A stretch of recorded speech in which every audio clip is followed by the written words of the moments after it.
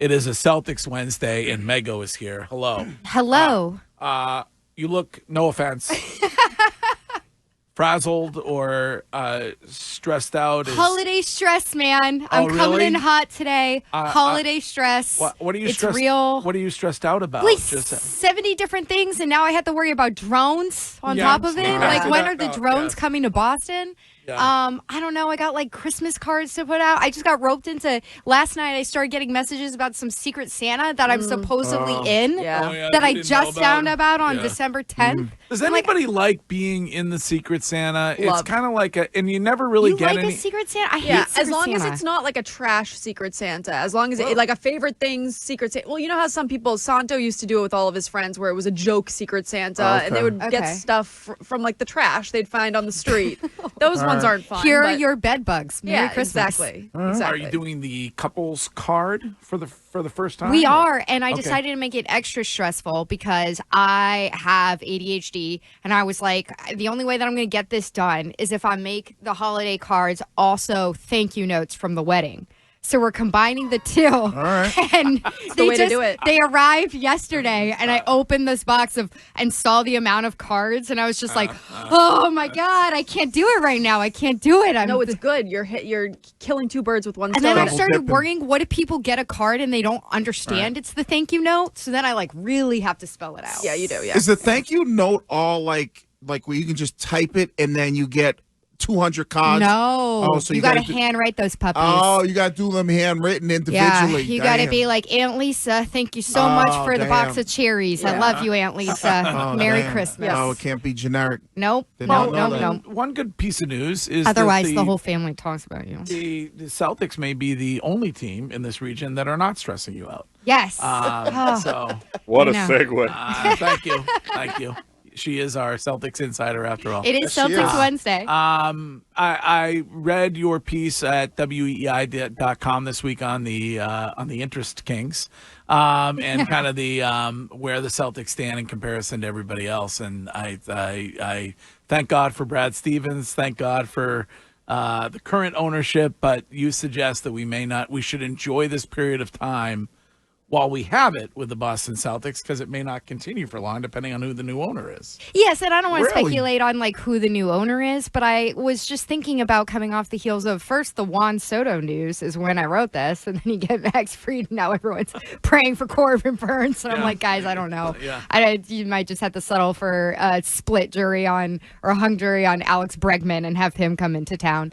But with the Celtics, I do think that they deserve a lot of credit because they go through these periods as being seen as a less desirable destination compared to even a Miami, compared to LA.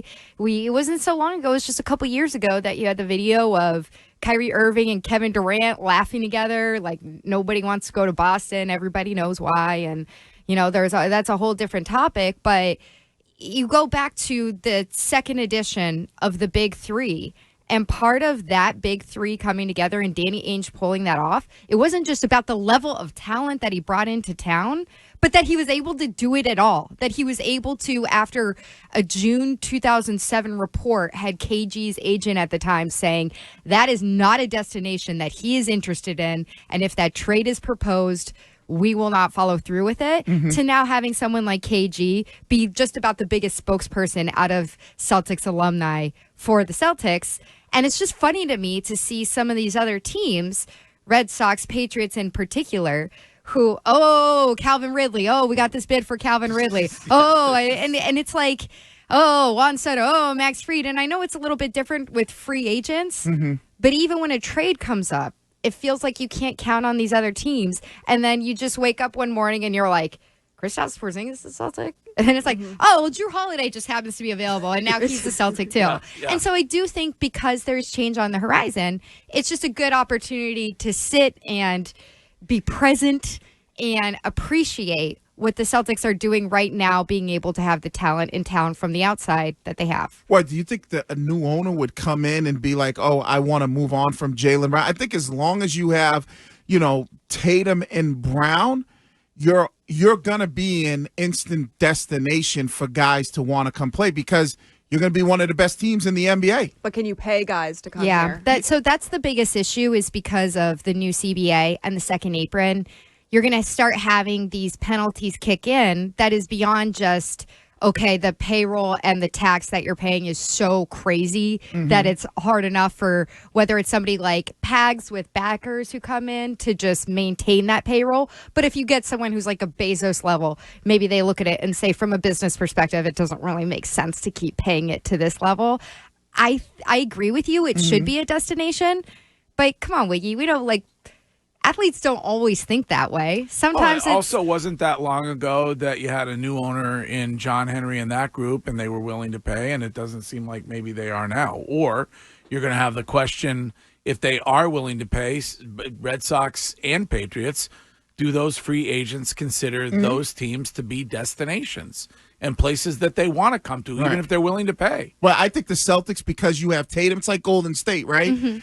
People still want to play with Steph Curry. I know there's been reports about LeBron talking about if there's a potential trade, I want to see what Golden State that is. Well, it's one of the teams that Jimmy Butler apparently wants to do is Golden State. Right. So when you Dallas. When you have Tatum, I think Tatum is a good enough player where people are going to be like, oh, I want to play with Tatum. The Jimmy Butler, just really quick, Courtney, the Jimmy Butler rumors are so fascinating to me because one that I just saw that I'm sorry, I can't remember the exact source, but the idea, at least, of Jimmy Butler going to Houston, and I think the combination of Jimmy Butler and Ime Udoka might implode the entire NBA. Those two on the sidelines together. Yeah. I will never forget Spoelstra yelling at Jimmy Butler, I knew you were effing crazy on the sideline when they first got together. I just think it's weird to hear Wiggy say, it's a destination because you've been a big proponent of Boston's no longer a destination for these athletes and all they care about is making money. So if the Celtics can't pay these guys down the road,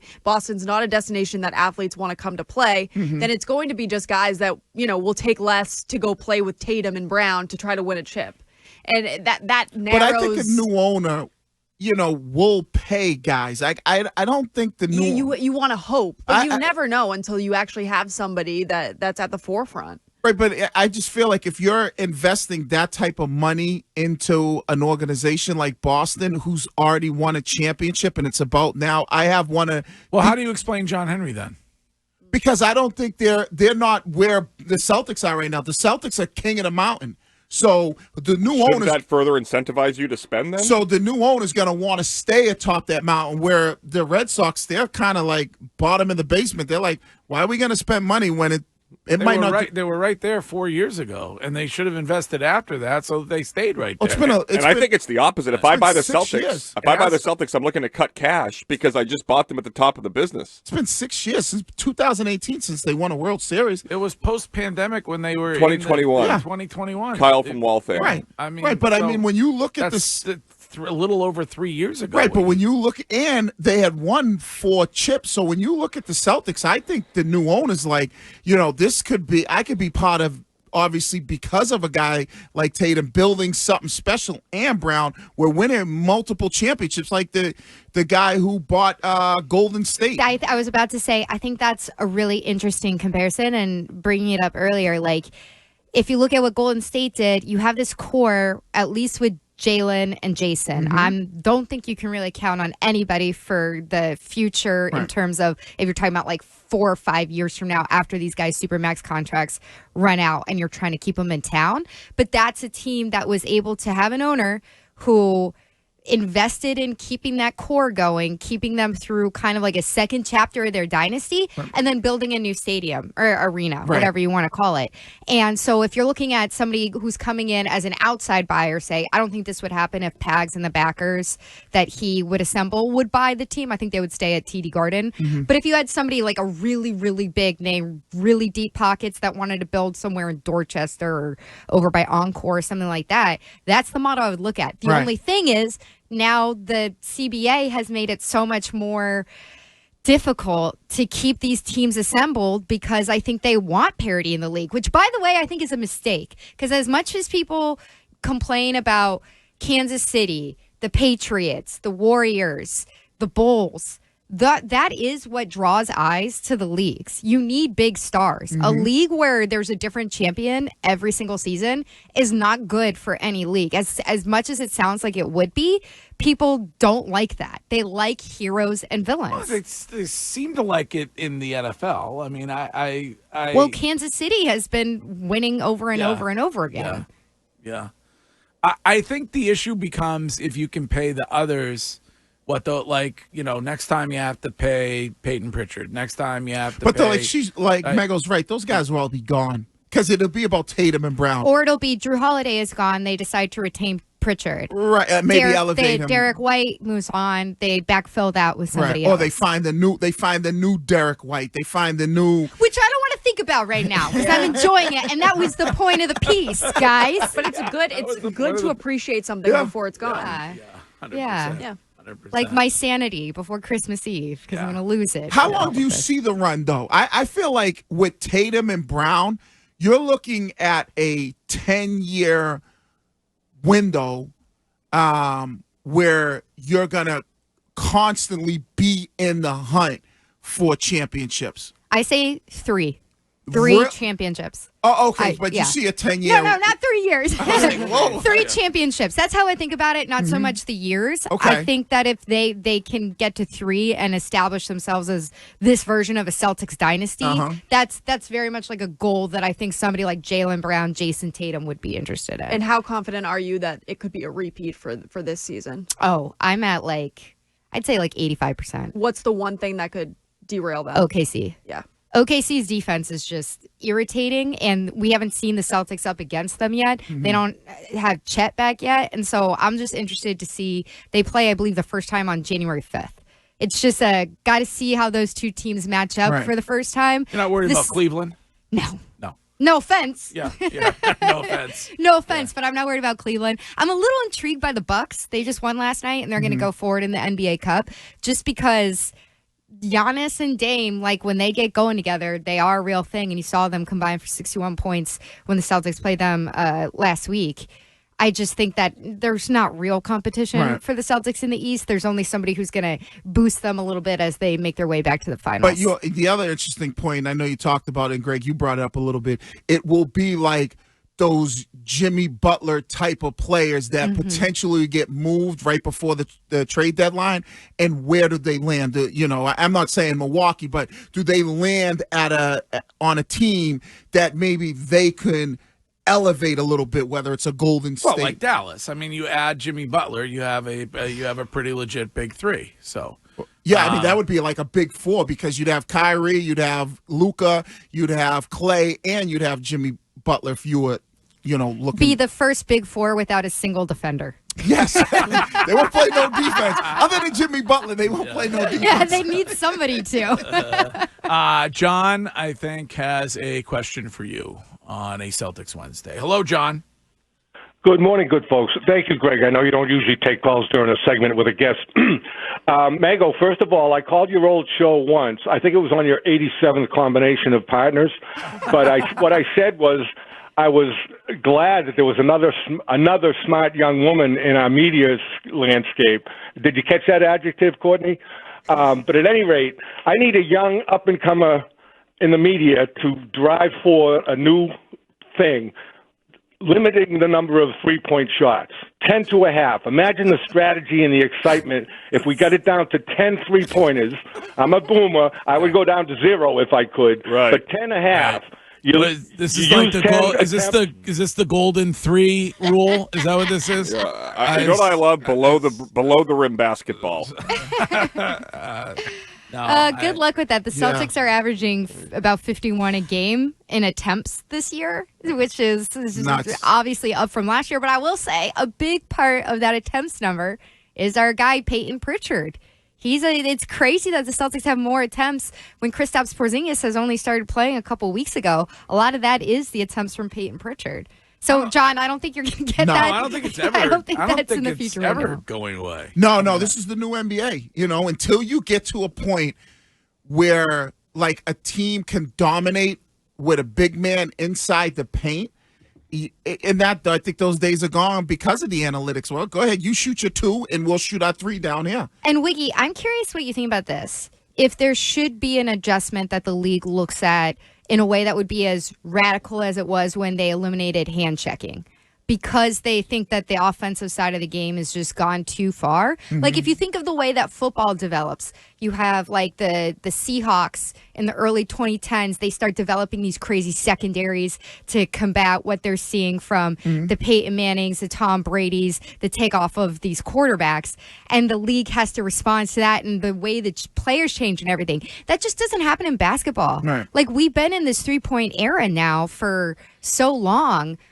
Do you think that the NBA, the league, actually needs to step in and say, like, well, we at least need to eliminate the corner 3 or something like that because it's too much of a hack towards making it a math equation? Right, but then it's like, in order to do that, now you're, like, reconfiguring the whole basketball court, right? How do you eliminate the corner 3, and still be able to... Well, you just cut the line. You just got the line down. But that's what I'm saying. Now you're reconfiguring the whole basketball court, where I just think that the 3-pointer is a part of the, like anything else in football. It went from used to run the ball a lot to now it's a passing league. That's what the NBA is. It used to be a league of in the post, mid-range, but now it's a league of you got to learn how to defend the 3-pointer better.